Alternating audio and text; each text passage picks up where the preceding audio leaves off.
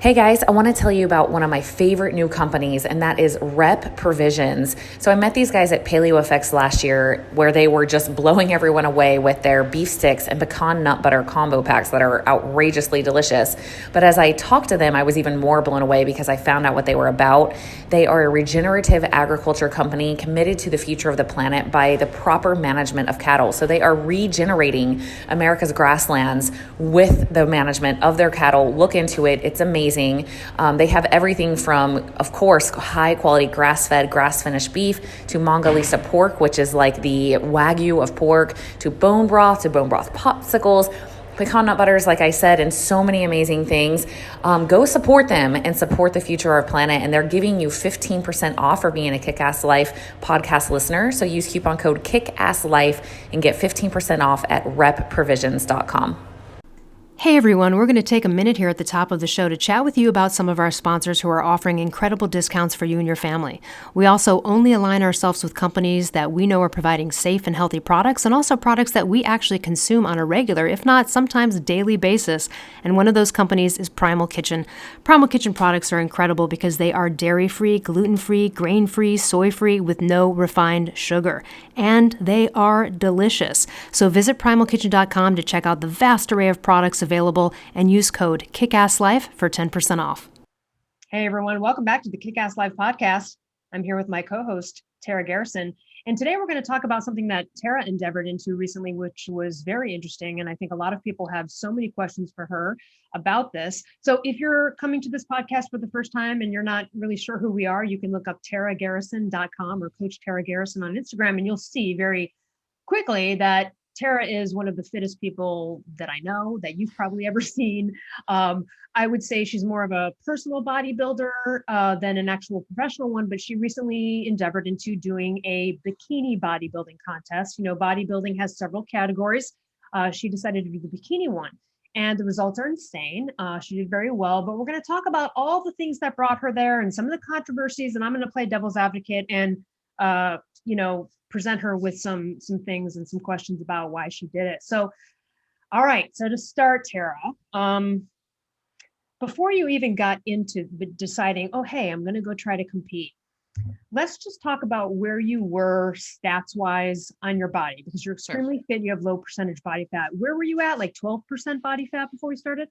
I got a DEXA scan in December. I signed up for this competition in January. I got a DEXA scan in December. I was 13.5% body fat, which is on the leaner side for me. I was like, whoa. And very lean for women, right? Yeah.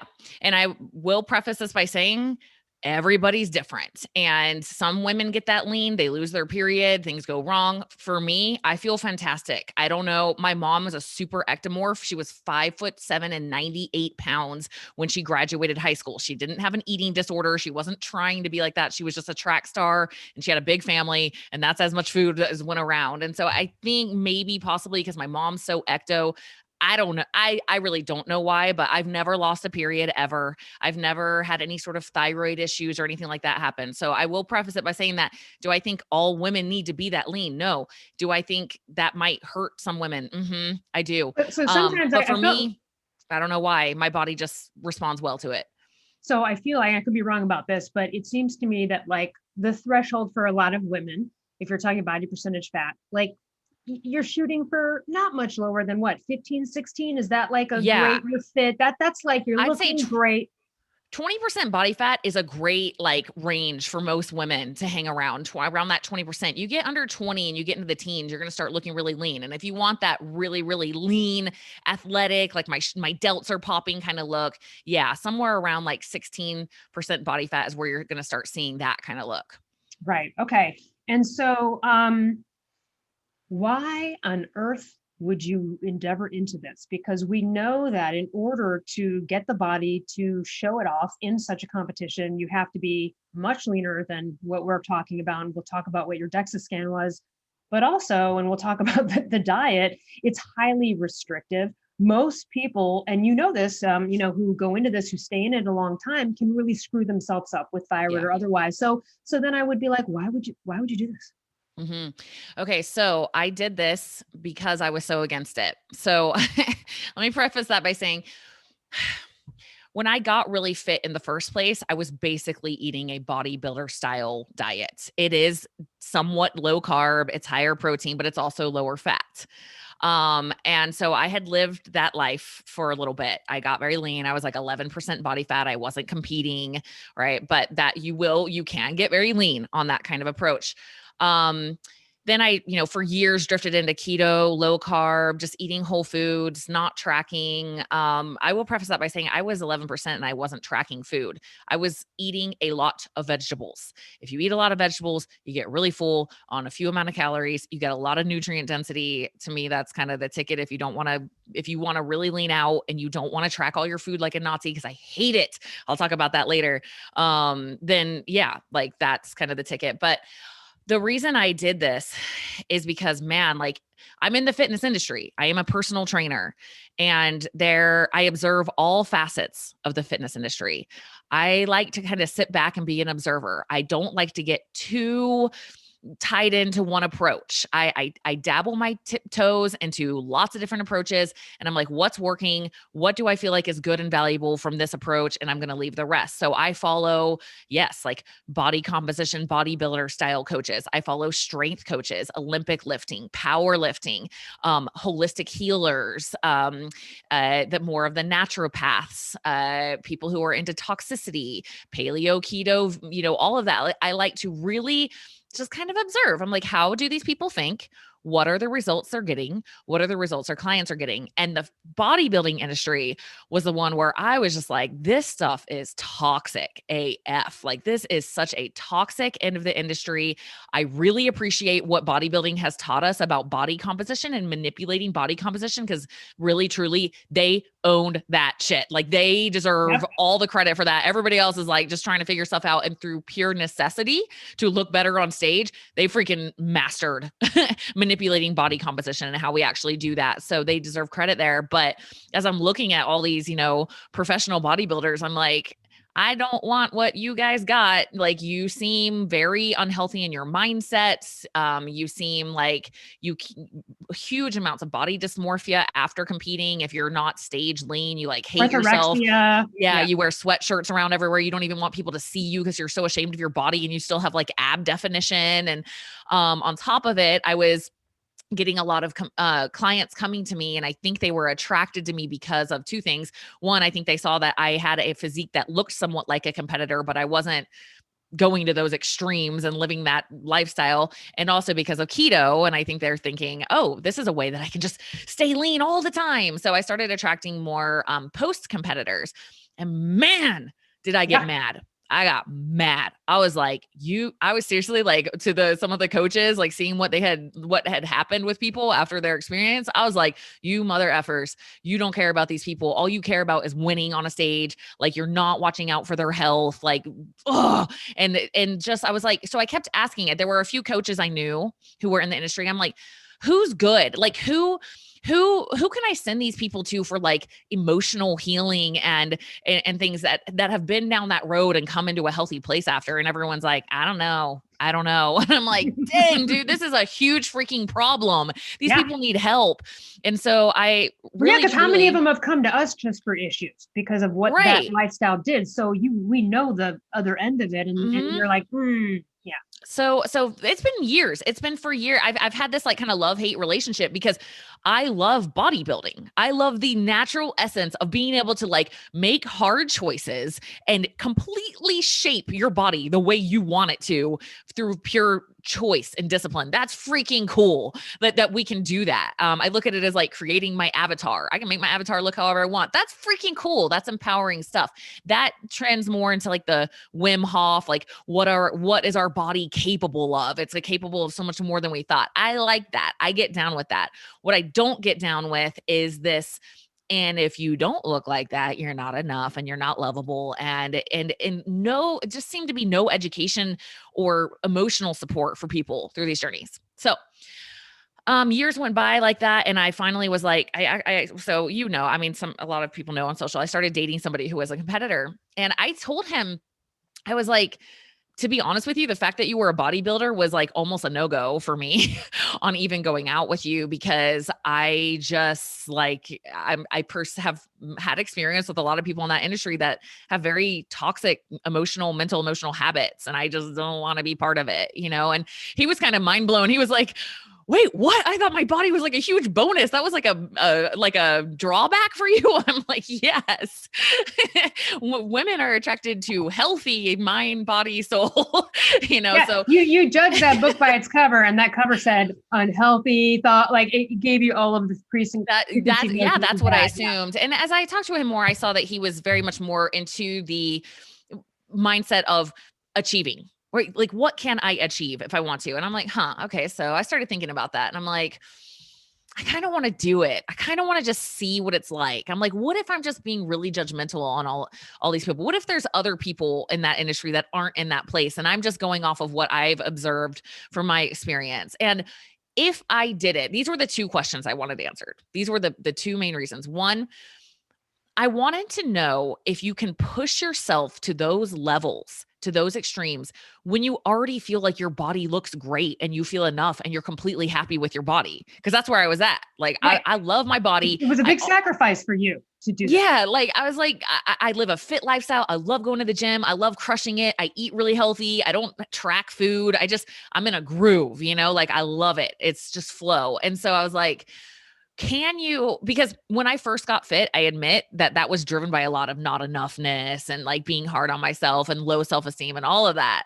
So I'm like, back then I know I would have done it, because it would have been like, I have to, because then I'll be pretty and then I'll be sexy and then I'll be enough and I'll be lovable. Right. But I was like, but I'm healed from all that and I'm in a really good place. Can you push yourself to those levels of discomfort and hunger and extremes when you already feel good enough? Like, I was like, I wonder, can I do that from a place of freaking discipline, just commitment to a goal? So I was curious about that. And I was also wanting, honestly, empathy. I actually wanted to try my hardest to go into the mindset of a competitor as much as possible, to turn off my coach brain, hire a coach, and be a client. And just from start to finish, just do whatever they say. I had committed to myself. I'm like, whatever my coach says, I'm doing it. I'm not asking questions. I'm not adding my own stuff to it. I'm just doing what he says. And I want that experience. So when I come out of it, when I coach people who have competed, I know what it's freaking like.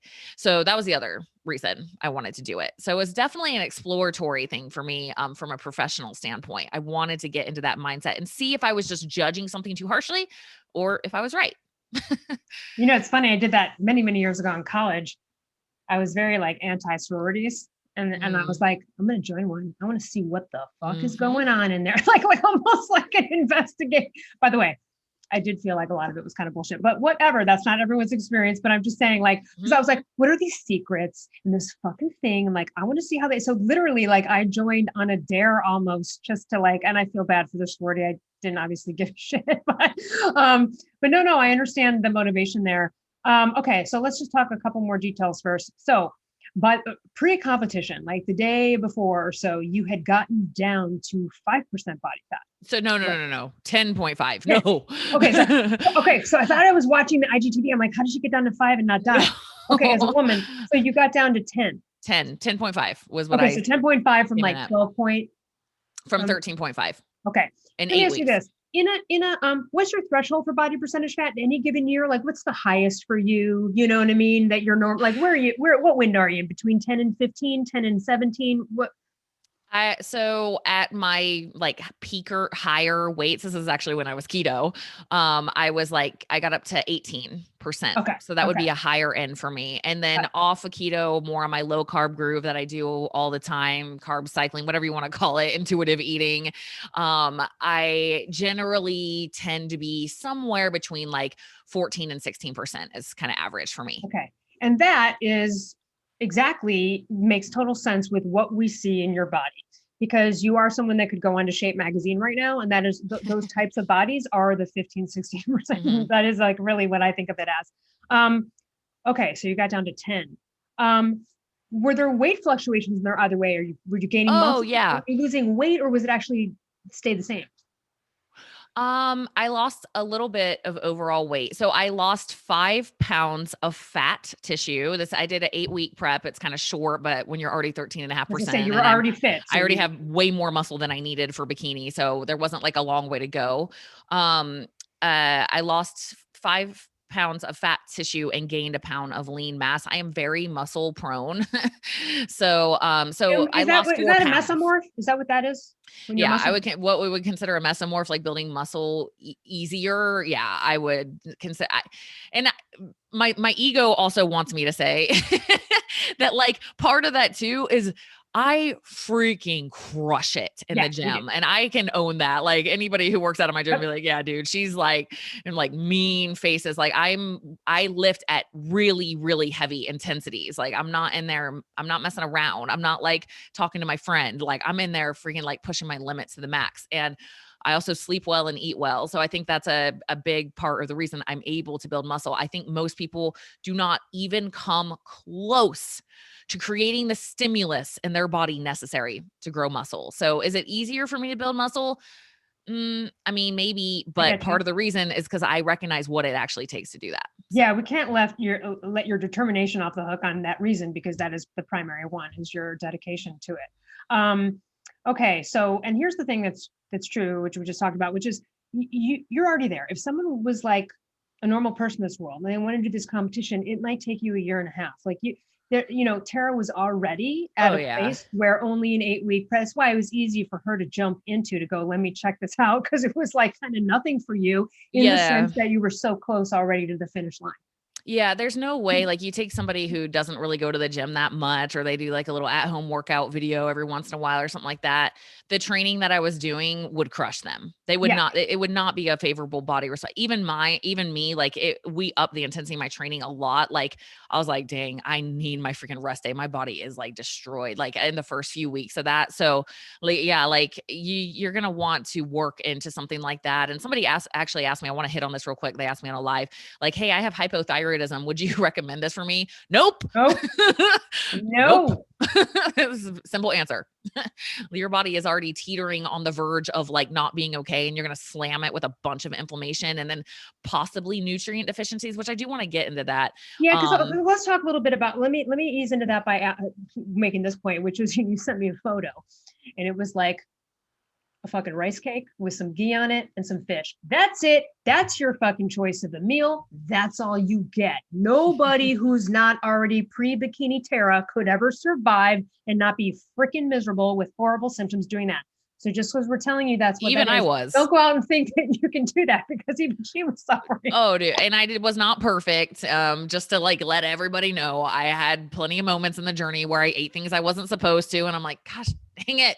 It was hard, really hard. The nutrition is Brutal. so hard. So Tell literally us the about hardest that. thing So you'll other ever than do. rice cake, ghee, and a pile of fish as one meal, what are the other variations of the kind of meals you were allowed to have?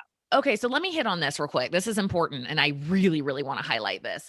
So my coach was Damian Segovia from the Pro Physiques in Arizona. I really was impressed by the way that he coaches. First of all, he started me off on basically a if it fits your macros approach. So he gave me macros, my protein, fat, and carbs, and I could fill those however I wanted. He had a very realistic approach to it. He's like, listen, you want to eat whole foods as much as possible. That's going to make your body composition better. It's going to make you feel better. It's going to keep you fuller. It's going to give you more energy, but you're a human being. So sometimes you might eat something else. Just make it freaking work in these macros. Right. Yeah. So I really appreciated that approach. Now, as we got closer to the competition, I was having a hard time with like some bloating and things like that. And he's like, he was very mindful. I really appreciated this. He's very mindful to minimize stress as we got closer to the competition. And so he's like, I'm going to give you a meal plan. It's not to restrict you. It's just to relieve stress so that you don't have to worry about anything. Like, this is it. Just eat these things. I am not a meal plan type of person. Like, normally that would make me want to like punch somebody in the face. Like, I'm going to eat what I want to eat. Like, I have very much that kind of attitude. Right. But it actually was good. He was right. It did minimize some stress, because towards the end, you're so hungry, honestly, like you're getting into those levels of hunger where you're just like, I just want to go to sleep because I just don't even want to be alive right now. Like this just freaking sucks. Like you just have such low energy. You're just tired, lethargic. Even yesterday, I'm back in a prep right now, and we can talk about that because I'm doing another one in 3 weeks. I'm walking around Costco with my daughter, and I'm just like moving the speed of mud, man. Like, because you just hit these moments where you're just like, I just don't have any freaking energy right now. By the way, even if you're not doing a bikini competition and you're trying to lose body fat, you're going to have those moments. Those moments are where a lot of the magic happens. Our bodies are just not going to be as energized when they're running off their own fat stores as they are when they have tons of incoming carbohydrates and glucose and fats and energy excess. So that's part of the game, whether you're going this lean or going from 200 pounds to 150 pounds. Like those moments are going to happen. But what I want to say about nutrients, this was interesting. So I honestly feel like prepping for these shows is the healthiest I've eaten in a long time. Because and I was going to actually say the same thing. Well, this is what I was going to say. Because here's the thing. Here are the objections. Tara, you took a risk. This is unhealthy. You put yourself into a starvation mode. Could have fucked up your thyroid. Right. Okay. There's all of those objections to it. I would counter it with, you are prepared mentally, emotionally, and physically for this. You're not going to be a bikini competitor for every year, 15 times a year, probably. Right. Right. Like, this was an experiment. I would say this though. I truly believe, and I was talking to a friend about this because I've, ever since you've been doing this, I'm like a proud, like, I feel like I'm like, you're my girlfriend and I'm proud of you. Like, I'm like, look at my hot co-host. And I'm like, can you fucking believe this? And all my friends are like, oh my God. And then one of my friends, Daniel, who used to work for Primal, made a great point. He goes, oh, what she did with that probably did so much for her for anti-aging, longevity, and autophagy. Yes, that's what I wanted to hit on. Okay, so let's talk about this. Yeah, let's talk all about that. First of all, why don't you explain autophagy to people that might not know what it means? Sure. So autophagy is basically when you go into a caloric restriction, your body enters a metabolic state in which it starts to cannibalize old cells that are damaged, right? So it's saying we don't have enough energy, so let's just kill off these cells that aren't even working that well anyway. Instead of dividing. Right. And spur healthy new cells as well. So anytime you're at a calorie deficit, there's a lot of cool things that happen in your body. It's basically heal mode because your body's like, okay, I don't have to distribute all these nutrients and do all this work of putting things into the body. We're done with that for a minute. So, let's heal the gut lining. Let's clean out some old damaged cells. So there is tons of research about longevity being associated with caloric restriction. Yes. So here's the thing. It's like, we get into this mindset of like, oh, that's going to hurt us. And it's like, this might be the best thing you ever did for your metabolism, being in a calorie restriction for a little while, because it makes you more resilient and it cleans things up. Now, here's another thing I really want to highlight. I was not at that crazy of a calorie restriction. Even at the peak week, when you're trying to get as lean as possible, I was eating 1,400 calories a day. There are plenty of women out there that's like their normal. Okay. So you were lifting on, so I was lifting. Counter was the exercise on top of the exercise did put me on a calorie deficit, but I'm not one that thinks all the value of food is calories. The value of food is nutrients. Right. If I have body fat stores that can be used for energy, fine. But nutrients, I need those. And so let's look at what I was eating. So my coach never took away any of the macronutrients. I was eating protein, fat, and carbs the entire time. I was never even that like carbs. I think the lowest I went was 150 grams a day, right? Wait, are you serious? You actually had up to 100 to 150 grams the entire time. The entire time. Well, hold on. That makes sense though, given your exercise output, it would counter that versus other people. Okay, got it. Exactly. Okay, yeah. So you had to be fueled with carbs or you'd I had to. For the way I was training, I'm doing Right. high intensity interval training, really intense, heavy lifting. And that was it. Actually, he didn't even have me on like the long cardio stuff that people do when they prep for shows. What were you doing? Were you like walking and then just focusing on the weights and stuff, or 20 to 25 minutes, 5 times a week of high intensity interval training and weights? And the magic of fat loss is food. It's not the freaking cardio and all that, right? So yes, I mean, those were intense workouts for sure. But me being at a calorie deficit is 1,400 calories is definitely a deficit for me for the amount of muscle mass that I have and the way that I do my output. What do you think you normally are at on your normal? I'm not training for bikini competition. Probably somewhere around 2,500 calories a day. would be Well, like, that would make sense with your output because most right. people couldn't do 2,500 calories a day. And some days I don't, right? Like Right. that's definitely something I learned. I've never been this like on top of my food. I like tracking it. Like I was like, I hate this. I don't care. I don't want to know. Like, ugh. Like it was really hard for me. I was kind of in a victim mindset about it at first. I was just like, holy crap. I just don't want to care about food this much. I just want to eat and move on. But I was like, no, you're doing this. And what I learned from that was that sometimes I know my normal is I eat at a huge calorie deficit one day. I'm just not hungry. I don't know. I just roll with it. And then other days I eat way more than needed. That is definitely my flow because there were certain days on the calorie deficit where I was like, I don't even want this extra meal. And there were some days that I was like white knuckling it, like, oh my gosh, I'm so freaking hungry. Right. And so that consistency, I think though, is really what helped me dip into those fat stores because it's so likely for us to want to eat at an excess at some point. And when you don't do that, that's when all the magic happens. That I'm pissed off. I just want to eat more. Oh, this sucks. I just want to go to sleep. That's where all the magic happens. That in a way, you almost did like a more efficient, quicker, probably even healthier detox of some kind than someone sitting around trying to do a water or juice fast. Yeah. Totally. And you know what I was eating? Yeah. Tell us like your day of fucking, cause that. Okay. So, and this is me right now too. Typically it's basically, I end up okay. I will admit, I don't know if my coach is going to listen to this. I don't do great on the 6 meals thing. Like they want you to eat every 2-3 hours. I'm supposed to be eating like every 2.5 hours. I have not achieved that. I tried. Okay, I just posted on Instagram, do or do not, there is no try. I did not do that. And I admit, like right now we're recording this, it's 12:30 p.m. I haven't eaten yet. I'm still on prep right now. So I definitely did combine some of the meals. Now I understand from a body composition standpoint why they want you to do the smaller meals because the meals are so small. It's very unlikely that any of it's going to spill over into fat storage. That's the purpose of it. Right. And so it sucks because you get done with a meal and you're like, that's it. Okay. Like it's not enjoyable. It's way more enjoyable to just get nice and full and then move on. So I understand why they're doing that. I didn't do that. So here's my flow. Generally what I do is I have 2 big meals of some sort of very vegetable dense, like it's like a skillet full of like every vegetable I could freaking get my hands on with the appropriate amount of protein and carbs. So like veggie stir fries with either salmon or mostly whitefish. I was doing mahi or shrimp or ground turkey or chicken breasts. That was kind of my jam. Eggs. Right. No, red meat would probably not be something they'd suggest on this, right? It's all lean proteins or. Yeah, it kind of like, well, because I like to do rep provisions. I'm kind of a snob on that now. So but theirs is a 80-20. So that eats up my fat for the day really quickly. So I really wasn't doing that much red meat, but you could do like I could do it. I'd just rather save that fat for like peanut butter or something to keep me insane later. And then I would generally do something like some oats mixed with peanut butter, a little bit of like Lakanto monk fruit sweetener, which I wasn't supposed to be having any artificial sweeteners, but I was bad on that too. And something like that is like my little cookie after. But I was eating I'm still eating so many more vegetables. I'm eating almost zero, like pretty much zero processed foods.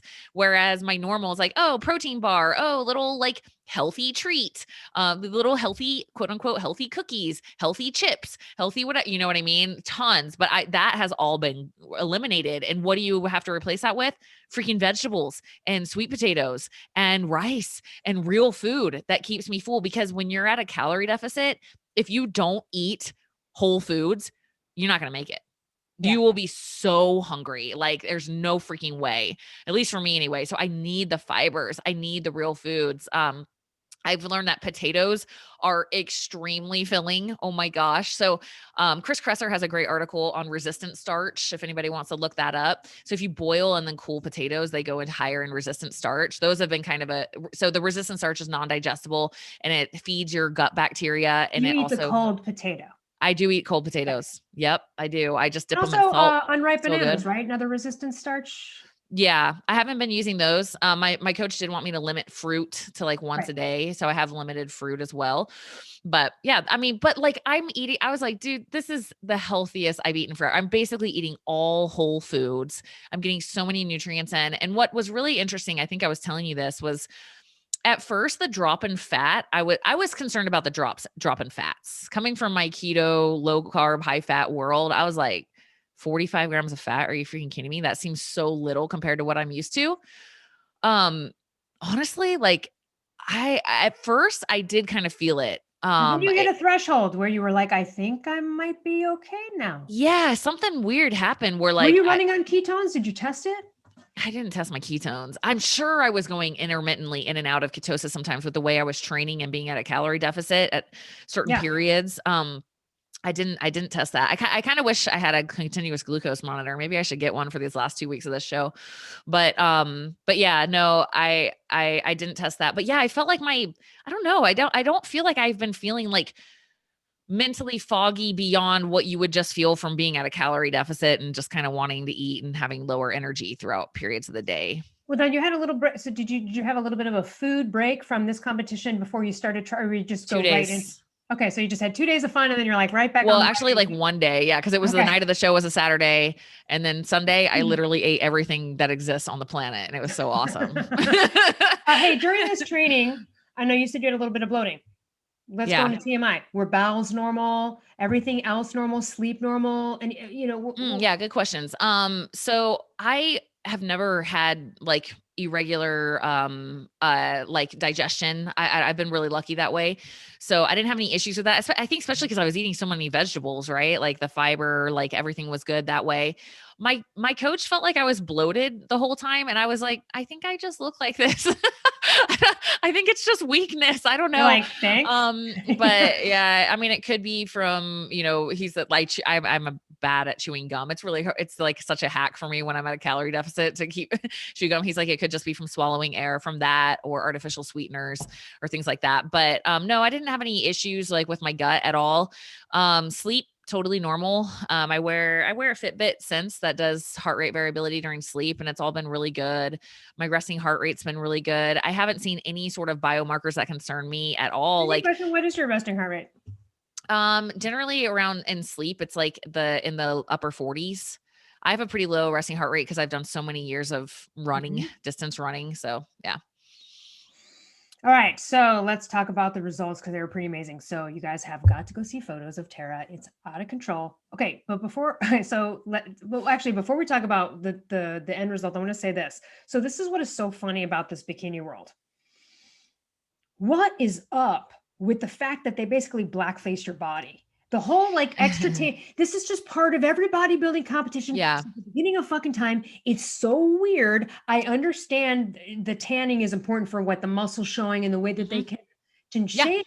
But it's also very strange because you're kind of looking at like a bunch of like black-faced white people, Yeah, it is. It's definitely, a different world for people who aren't used to it. But what's important to understand about bodybuilding in general is like everything that's done, all of these extremes of leaning out a lot and getting the tans, the entire purpose is to be able to see the musculature that has been developed. It's like basically like, let's see all your hard work. So like, let's take a bodybuilder, like a guy in bodybuilding, for example. Like if he didn't lean out to, yes, they are like 5-6% body fat. If he didn't lean out like that, you would have no idea what he had built. And if on stage, I actually went to a show one time, like this is way before I even got into fitness. One of my friends was doing one. And there was this woman who didn't get the tan and she was redhead, like pale white skin. And I mean, you couldn't see the definition. You couldn't see nothing. The lighting. And like, and so the whole purpose of the tan is just to be able to highlight the work that's been done. So that's the purpose of it. The other thing that's kind of funny and a little cheesy about it too is like, ain't nobody's upgrade any of this. They're all bedazzled. The very specific like outfit. Oh yeah, it's like when in Rome, man. Like I learned a lot, and it definitely was cool. Like. I developed as I went through this process, like, don't come in somebody else's house and shit in it.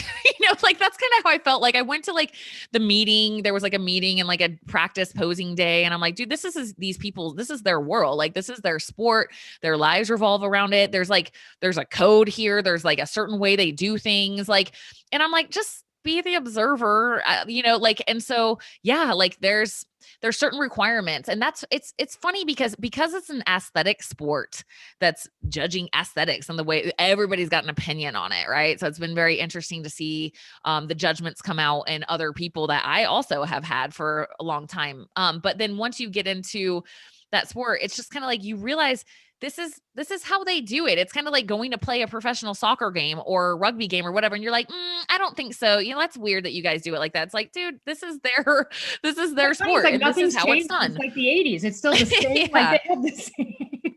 Yeah. So somebody had mentioned on a Instagram comment on when I shared the picture of me doing it, like, hey, I know you're like way more shredded than that, and I am. So that was another thing. Like, we intentionally had me come in soft like that. I have more muscular definition than what I showed up with on the stage because speaking of bikini, a lot of people ask me, Tara, why didn't you do figure or one of these more muscular divisions? So to answer that, my coach feels like from my bone structure, the way I am designed, I fit best in bikini. He's like, you're a little too muscular for bikini, honestly. Some people have hinted at me doing wellness, which is basically like you look like a bikini competitor on top, but you have really big legs and butt. I do have bigger legs, but I don't compared to like the women who do well. I mean, if you look at them, like they're like genetically, like genetic, yeah, like way, I'm like, they're so strong in their lower body. Like I don't look like that. And so I'm kind of in this like in between place.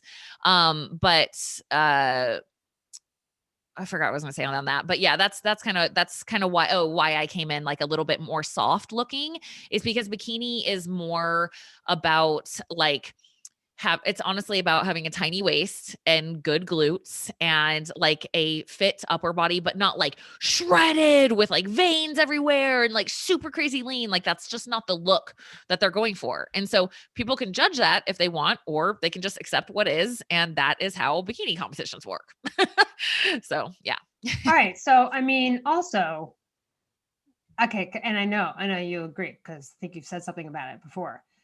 Like, I know you well enough to know this is not your fucking jam to put on a bikini Sparkles. and show your ass to a Sparkles. room full of people. Nope. And like literally, nope. I mean, you are naked up there, basically, girl. Like that is frightening. Elle, the worst. Okay, so that the worst part for you was to have to pose. Oh, definitely. Like it was like, okay, there was this moment where it's like, I'm doing this professional development experiment and I'm going to see what it's really like. And then there was this moment where it was like, oh no, girl, you actually have to like go on the stage in your sparkly bikini and like show your ass to an auditorium full of people on a panel of judges. Like it literally, I mean, talk about adrenaline. I was shaking so bad. Like the people that knew me in the audience, they could see my legs shaking for on stage. Like I was so nervous because that is so unlike me. And that's a big reason I didn't do bikini competitions. Cause I was kind of like, no, like I'm just a badass. Like I just like to kick ass in the gym and like be strong and fit. Like I don't care. I'm not doing this to like look a certain way. I mean, of course I want to look good. Everybody wants to look good. And I actually do want to hit on that in a second. But I'm not like the type of girl that's like, oh my gosh, I just can't wait to get in my sparkles. And like, like that is just not my personality. But it was fine. Getting up there. Let's talk about you killed it. Let's tell everybody where you placed. Okay. So I entered 4 divisions. One is called True Novice, which means you've never done a show before. One is Novice, which means you've never won first place in any division before.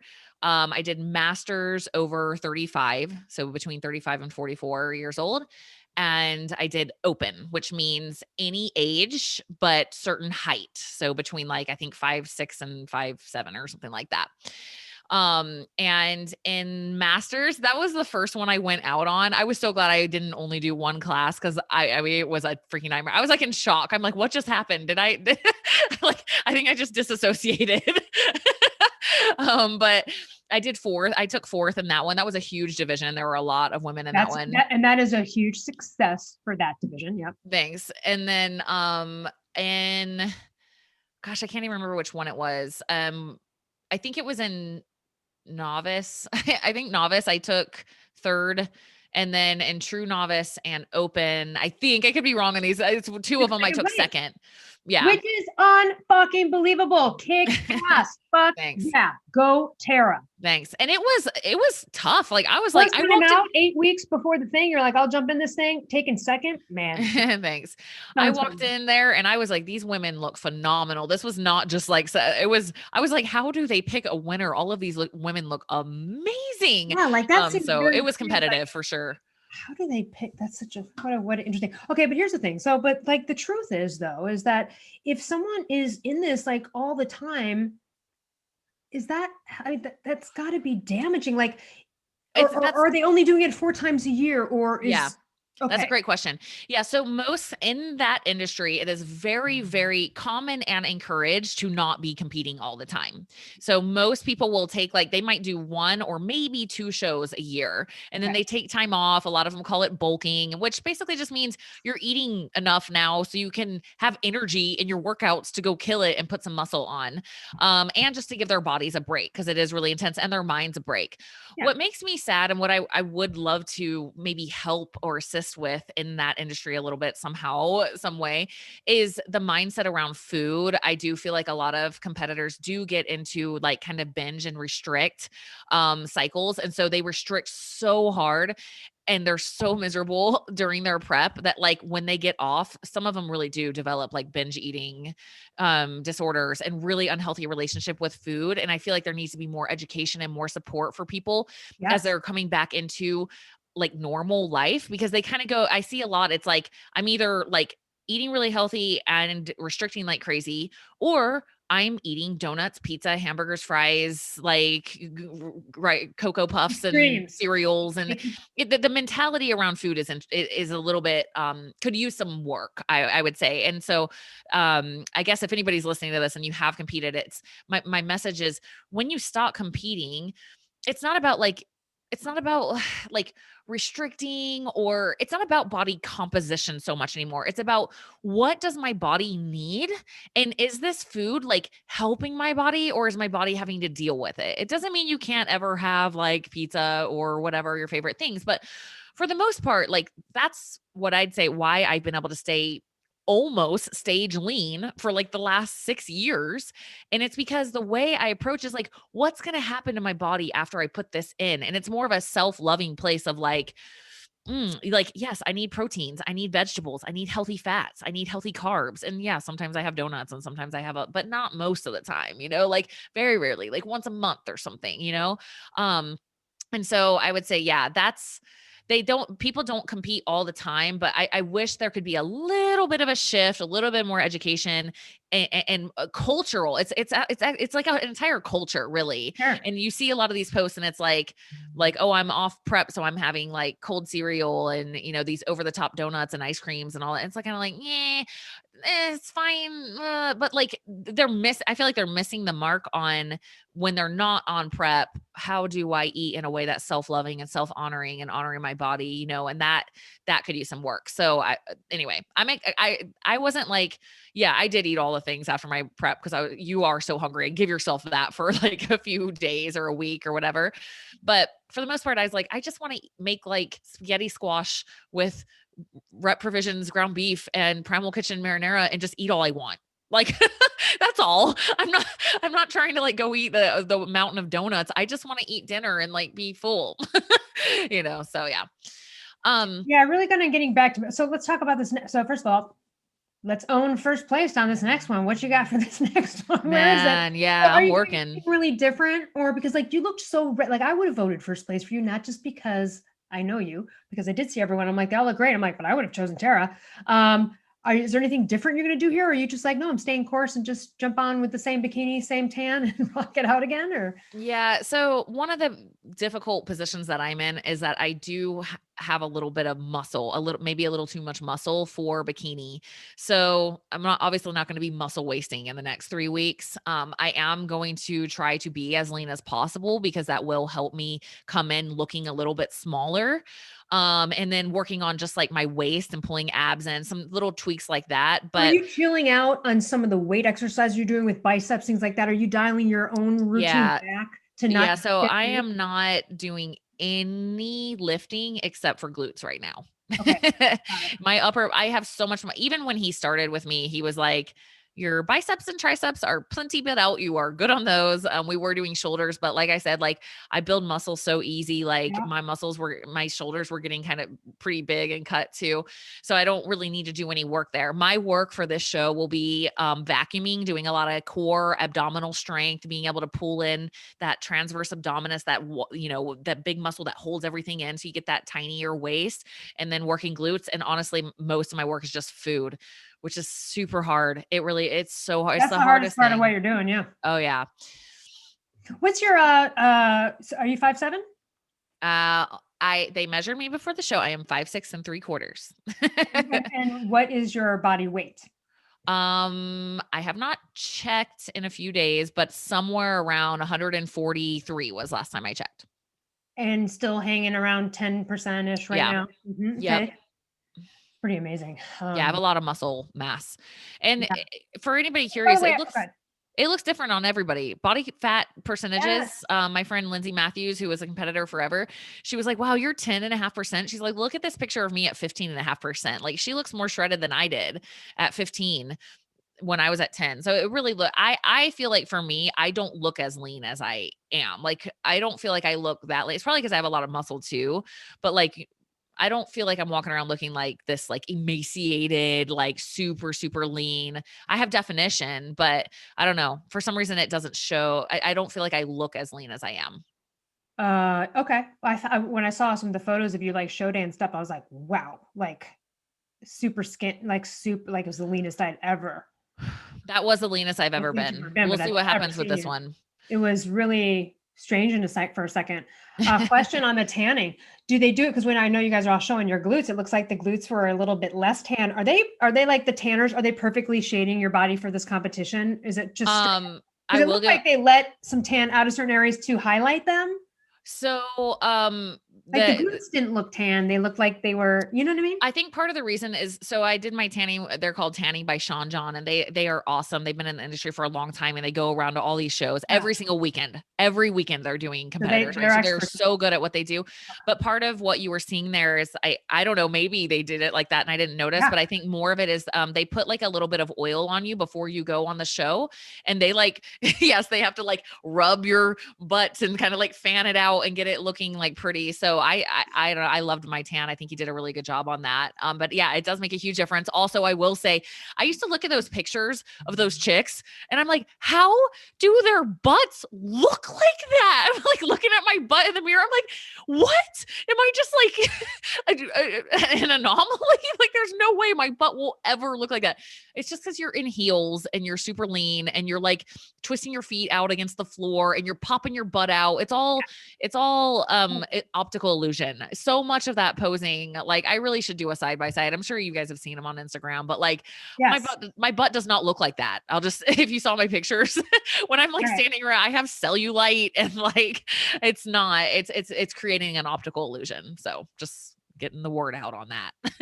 And let's just for a quick second, we briefly mentioned that some people could really lose their period or get hypothyroidism or thyroid issues from this. Okay, so here's the reason why. So calorie deficit, again, just your body thinking it's in starvation mode. And then on top of the over exercising combined with that, if that started to affect, like you said, you didn't lose your period, you didn't have any problem at the percentage of body fat. But let me ask you this. If you were going along this journey and that did happen to you, would you have said, I'm out? Yeah. Yeah.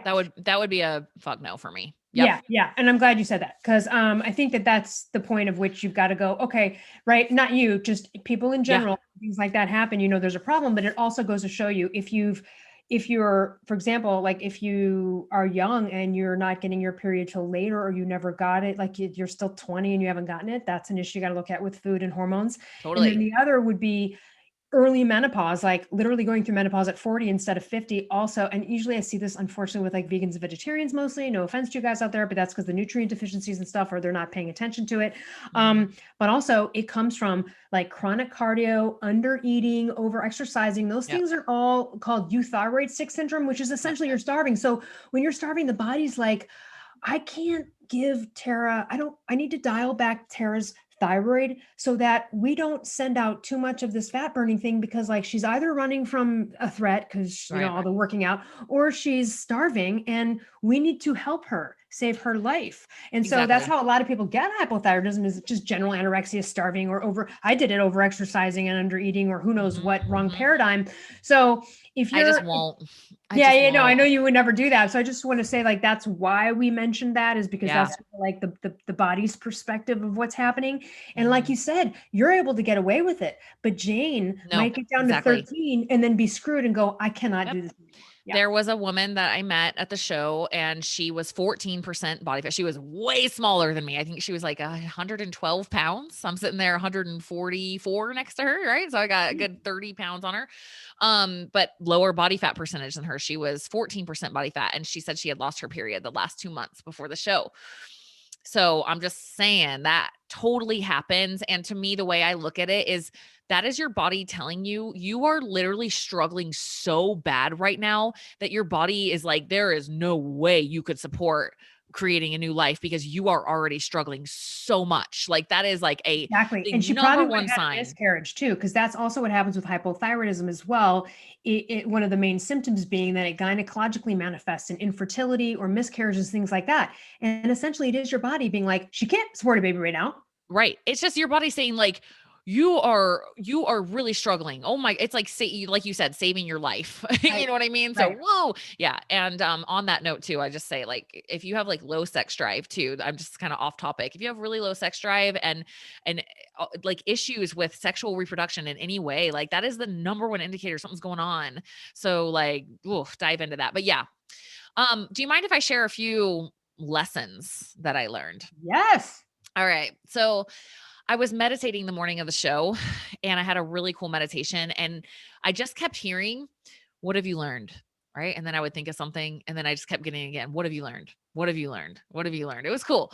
And the biggest lesson that I learned, like what came up for me in that meditation, this is the day of, like it's pretty much it's over now. Like, let's go.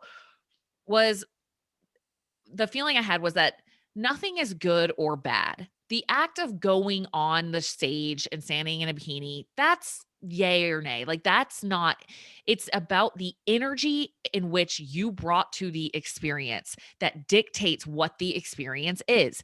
And it's again, don't even judge that as good or bad. It's do you like that energy? Do you want that energy in your life? So, your energy, many people's energy, I'm sure, going into these shows is masking some deep seated insecurities and covering them up with achievement. And as long as I'm achieving, I'm good enough and I'm earning my value and I'm pretty enough and I'm empowered because I'm earning it. Right. And there can also be like a different energy. This is like true empowerment. And this is how I'm like tooting my own horn, but I do feel like this Yeah. is how I approached it was I know I can do this because I already know I'm enough. I know I'm enough that I can push myself to these limits, even if it's freaking hard, but it's not the achievement of any of this does not reflect my intrinsic value as a human. It is simply an action that I am taking to learn a lesson, to see what I'm capable of, to see where I'm at with my mindset, but it does not affect my intrinsic value as a human. And I really want to get that across because I think okay. That's why you came in second on your first time in there. It's almost And I don't care about that. You know what I mean? That's why you did, I think, because again, you were walking with like the more general, like, hey, I'm doing something new. Jumped in here, versus the people that are like, it's their life, right? I have to win. Like, and so that like, I have to win. I've got to win today. That kind of thing is almost resistance to it because you don't have faith. You're not believing. You're like, come on, come on. and that's when And that's why I think you did well, because you were like, I'm coming in here with a totally different vibe because I'm not even a part of it. Yep. Really. And that's when addiction happens. So a lot of people are like, the common judgments, one of the common judgments that you see on this industry is these people are addicted. They have an unhealthy addiction. And yeah, that actually exists. And I think addiction happens when whatever you're doing, whatever the addiction is, your thought pattern around it is I'm better like that. My intrinsic value as a human being goes up when I do that. And without it, I'm less.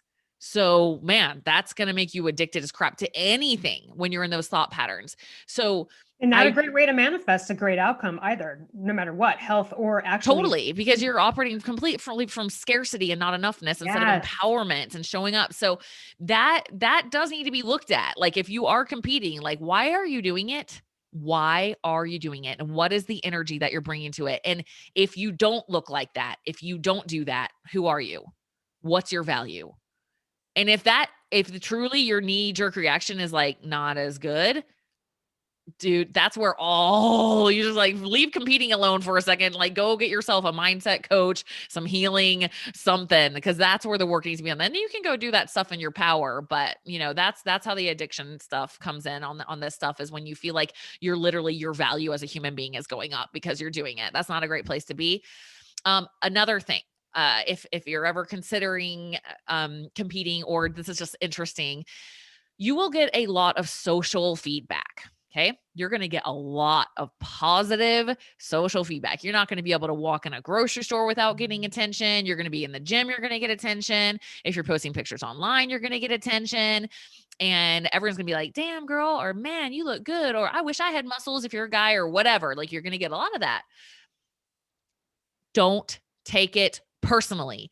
If you take that personally and you get a little win out of that, and you get a little like, yes, guess what happens when you don't get that anymore? When you get back to a healthy body fat range, and now you're going to take that personally Now too. you're like, oh no, I need to go eat some rice cakes. Exactly. So this is a lesson I've learned from just being an influencer on social media, is if you take the positive stuff personally, you're going to take the negative stuff personally too. Whenever somebody likes what I have to say, I'm like, cool, thank you. I'm glad that was helpful for you. I'm not like, yes, I'm like good now or whatever. It's like, I'm just sharing from my heart. And if that resonates with you, cool, awesome, thanks. I'm glad to hear that. And if it doesn't, like, that's okay, and because your self-esteem doesn't come from the opinions of people, half of your value. And it doesn't ever change. No one else's opinion of your value ever changes it, right? So I think that's the message you're trying to hit home. I'm so glad you did this first of all, for the millions of the addicted people out there who are in a bad spiral with this type of training or competing, who now have you as someone who's been through it, understands it. Also, what an incredible feat of discipline, and just literal crazy physical output. I feel like lately I've been like extra lifting, was like thinking about you, like as I'm like lifting weights, I'm like, fucking Tara. I'm like, I feel so inspired by the whole thing. And again, not that I ever want to be that or I want to compete. I find the dedication that you have in general inspiring. And then to take to this extra level, I just think was so fascinating. Like, I'm really excited to see how you do in this next one. I feel like you're going to come away with first or second. Like, I feel like you could just win it on it. It's going to be your attitude. It's a more competitive show than I was in last time. So I don't know, but I'm going to try really hard. And I guess I'll close, but it's here in Utah, in Salt Lake City. It's called the Wasatch Warrior Show. But I will say, I earned a lot of respect. I gained a lot of respect for competitors. I'm like, these people are freaking disciplined. Like, I don't care what place you're coming from, healthy or unhealthy. Like, holy crap, it is so much work. You have no idea, like the posing that goes into. I mean, it is like 24/7 focus. It is very intense. So I gained that. And also, I will say, people are maybe curious why I'm doing another one. I think for me, when I found out that it wasn't hurting me, I was on my period on the show on show day, which sucked. And I probably will be this next time too, which kind of sucks because bloating and water retention and stuff, and not to mention hunger on peak week. Yay. Thanks. But I was like, okay, now that I know, like, it's all good in the hood and like, I didn't get messed up in my mind or my body or anything like that. I was like, what happens if I actually want it this time? Because last time I was like, you're winning. We're going to manifest it. Cause I feel like I feel like you can do it. All right, we're going to try. I'm going all in. And that takes vulnerability too. It's easier to sit back and say like, oh, I'm not, whatever. I don't really care. I'm not really going to try that hard. That's more vulnerable to say, I actually want to be first. I get it. But here's the thing. Right. I'm going for it. I'm going for it this time. So we'll see what happens. Real quick, couple of follow-up questions on the end here of this episode, which is, did you take any supplements? I did. I took Adrenal Support, krill oil, vitamin D, magnesium, I take a lot of little supplements here and there, Did like just did a did you vitamin shelve C. certain things and then just have your own set of things you were doing for the show? Like, did you not specific? You don't have to name this So, specific, but Damien put me on Adrenal Support. That was the one supplement that he had me on. And then he also asked like, what are you taking every week? And he would tell him, my normal routine, but sure. yeah, definitely magnesium for sure. I definitely recommend because it's a lot of stress on the body. And adrenal or thyroid support, something like that is good too. But yeah, What adrenal support did you use? he had one that he recommended, so I just did it, Like a remember, because I formula? was like, whatever he says, it was like on Amazon. But I ran out of that one. So I was using Mike Mutzel, Mike, Metabolic Mike Mutzel. You don't know No, Mike Mutzel? We no. got to get him on Primal Blueprint. He's All freaking right, I'll do it. You amazing. make an intro. We'll Yeah. do it. I was using their adrenal thyroid support towards the end. Okay, right on. Okay, so other than that, I don't know if we missed. Oh, other than that, you talked a little bit about were you lifting weights every day? How much time are you in the gym? Oh, so much time. Yeah, So so much. so normally what? You're spending an hour and a half, 2 hours in the gym Yeah, on your normally, yeah, exactly. Hour and a half. If I'm just like writing an Instagram post while I'm walking and being lazy and goofing off, it might be 2 hours or something. Man, now like, yeah, cause I would do the lifting sessions were longer and then I had 20 to 25-minute hit sessions. Right. And so sometimes I couldn't get those all in at one time just cause the lifting sessions were long. So I'd have to like go back and finish it. That was the kind of intense sometimes. So yeah, and then posing is a huge part of the sport. So with all that combined, like I was in the gym for like I've been in the gym for like 3 hours a day. It's been insane. But I'm like, you know what? If you were a professional athlete, you would be training for 3 hours a day too. yeah, So yeah. that's what I'm doing. So yeah, it's a huge commitment. You must be so proud of yourself. I am, it's been good to it feels like I honestly like stop playing small and just being judgmental or whatever. And it's like just dive in and just try something new and just like Yeah. allow myself to get there. So yeah, I'm proud of myself for like getting past my judgments and just freaking go for it. See what happens. So yeah. Was there anything also about, I know you were pleasantly surprised by some things. Were there some things on the negatives that you didn't know that you're like, ooh, don't like this? Okay, yeah, one real quick thing. I wanted to say this about coaching. Like there were some competitors that I saw what their coach had them doing and they were literally only eating protein. Like it was like white turkey, chicken breast or white fish and 2 small servings of vegetables. So basically for like 8 weeks, no fat or carbs. That is effing irresponsible. That made me really, really pissed to hear that. I'm like, well, yeah, like that's going to make somebody get shredded as crap. But like like this Such one a guy in bad. particular, he has a high level job. He's a dad. Like, I'm like, he's lucky his whole freaking life didn't fall apart. I can't believe he did that. And so to me, that's just like, irresponsible, like lazy coaching, in my opinion. Like, sure, could we Yeah, all just eat fish and yeah, fucking yeah, there yeah, you go. you'll be That's my fine. coaching. It'll. I'm like, I kept joking. I'm like, yeah, that'll for sure work, but like your Well, mental I was talking capacity. during the competition. That was literally Chrissy Brinkley, the famous '80s model. That was like back in the day when she was starting out. Her, model agent. They're all like, "Oh, throw out food, do whatever you got to do, right?" But the model agent was like, "Just eat fish for every meal. That's all."